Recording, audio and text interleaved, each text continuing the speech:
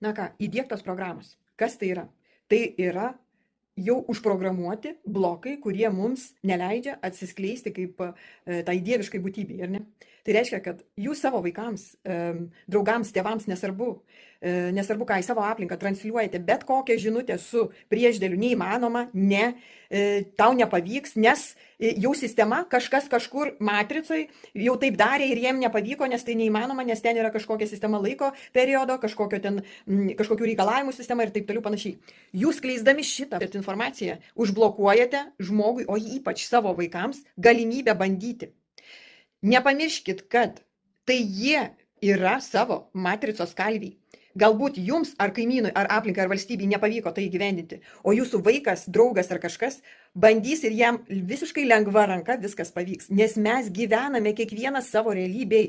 Kiekvieną savo realybėj suformuojam kliūtis, ar jos bus ar ne. Iš jūsų vibracinio fono.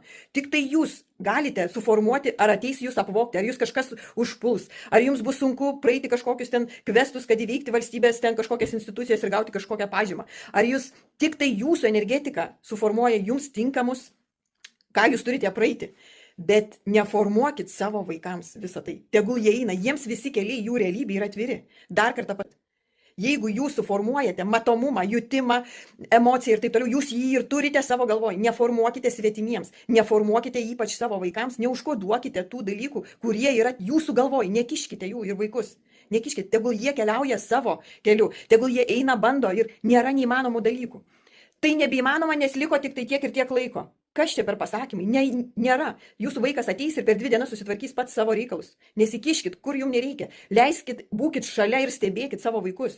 Stebėkit tos paauglius, į kuriuos jūs dažniausiai žiūrit kaip į kažkokią grėsmę, kai jie dabar kažkur nueis, kažką padarys, kažkur net ten atsidurs, su kažko netuo pakalbės ar padarys kažkokį netokį sprendimą. Jūs stebėtojai ir pasiūlote savo variantą kaip variantą. Prieš tai išklausė jo. Suprantat? Leiskite gyventi, leiskite jiems kurti savus stebuklus. Tegul jie savo pavyzdžių jūs stebina, nes jie yra nauja karta, jie formuoja savo realybę patys. Jūs esate stebėtojai, o jeigu maži vaikai, jūs esate tie, kurie padeda pagrindą realybės formavimui būtent. Ir jokių neįmanoma, negalima, neik, nedaryk, nėra tokio ne. Jūs užkraunate vaikams blokus, nustokite tai daryti. Dar kartą kviečiu, atsisukite save paprastuoju būdu, išsivalykite savo galvą ir reikite formuoti savo vaikų ateities. Tik tada galite prisiliesti prie vaikų kažkokią formą. Jūs esate, per jūs atėjo tos didingos sielos, o ne jūs padarėte juos. Suprantate, per jūs atėjo tiesiog. Jie yra savarankiški. Duokit jiems laisvę kurti, jie visai kitokio levelio žmonės. Su meile Marija.